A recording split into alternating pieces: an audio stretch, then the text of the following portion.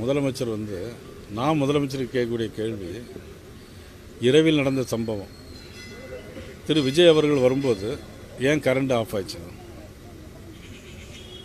அதை கேட்க மாட்டாங்களா முதலமைச்சர்? சரி, அவங்க கேட்குற இடத்துல ஏன் பெர்மிஷன் கொடுக்கல?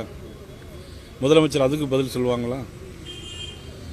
சரி, யாராக இருக்கட்டும், ஒரு அரசியல் கட்சி தலைவர் வரும்போது லைட் அணைப்பதும், லத்தி சார்ஜ் பண்ணுவதும், செருப்ப கலத்தி வீசுவதும் என்கிறது அதை முதலமைச்சர் அனுமதிக்கிறாங்களா? சரி, முதலமைச்சர் எப்படி இரவோடு இரவாக எப்படி சம்பவம் நடந்து அரை மணி நேரத்தில் எப்படி புறப்பட்டு வர முடிந்தது?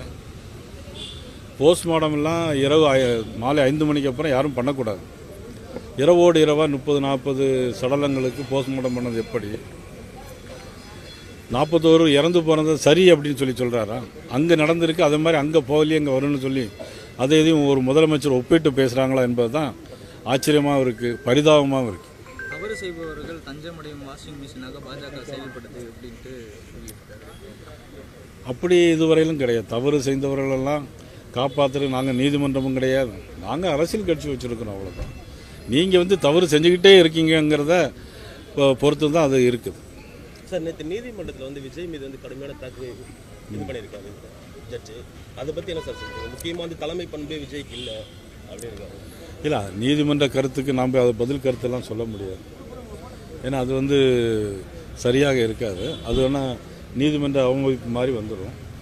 நீதிமன்றம் சில நேர்மையான தீர்ப்புகளையும் வழங்க வேண்டும் என்பது தான் என்னுடைய. விஜய்க்கும் பிஜேபிக்கும் கூட்டணி இருக்குது, மறைமுக கூட்டணி இருக்குது அப்படின்ற பேச்சு இன்னைக்கு வரைக்கும் எழுந்துட்டு இருக்கு சார். அது உண்மையா சார்? இது எப்படின்னா, இதெல்லாம் திமுகவுடைய சதி இதெல்லாம்.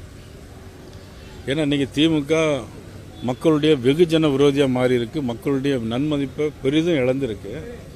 எந்த நேரத்தில் தேர்ந்தாலும் திமுக ஒரு இடத்துல கூட டெபாசிட் வாங்குமாங்கிறதோ தெரியாது. அவங்க இன்னும் அந்த கூட்டணி இருக்குன்னு சொல்லிகிட்டே இருக்கிறாங்க. இதே மாதிரி கூட்டணிலாம் முன்னாடி இருந்தது. 2011 மிகப்பெரிய கூட்டணியாக கலைஞர் கருணாநிதி அவர்கள் வச்சுருந்தாங்க. ஆனால் என்னாச்சு? அன்றைக்கி அம்மா தான் ஜெயித்தாங்க 2011. அதனால் கூட்டணி பலத்தோடு இருக்கிறோங்கிற ஒரு மாயையை இன்றைக்கி திமுக உருவாக்கிட்டு இருக்கிறது. அந்த மாயையை 2026 தேர்தலில் மக்கள் முறியடிப்பார்கள். அரசியல் கட்சி பொதுக்கூட்டங்களுக்கு வழிவகை செய்த பின்னாடி தான் அனுமதி கொடுக்கணும் அப்படின்ற நீதிமன்றத்தில் சொல்லியிருக்காங்க. தேர்தல் வரக்கூடிய நேரத்தில் எல்லா அரசியல் கட்சிகளுமே மக்களை சந்திக்கக்கூடிய இல்லை, ஏற்கனவே எந்தெந்த இடங்களில் தேர்தல் காலங்களில் சில இடங்களிலும் தேர்தல் அல்லாத காலங்களில் சில இடங்களிலும் ஏற்கனவே ஒதுக்கி இருக்கிறாங்க. அந்த இடங்களில் மீட்டிங் போடுவதற்கு எந்த விதமான நெறிமுறைகளும் இது அடங்காது என்று நான் நினைக்கிறேன்.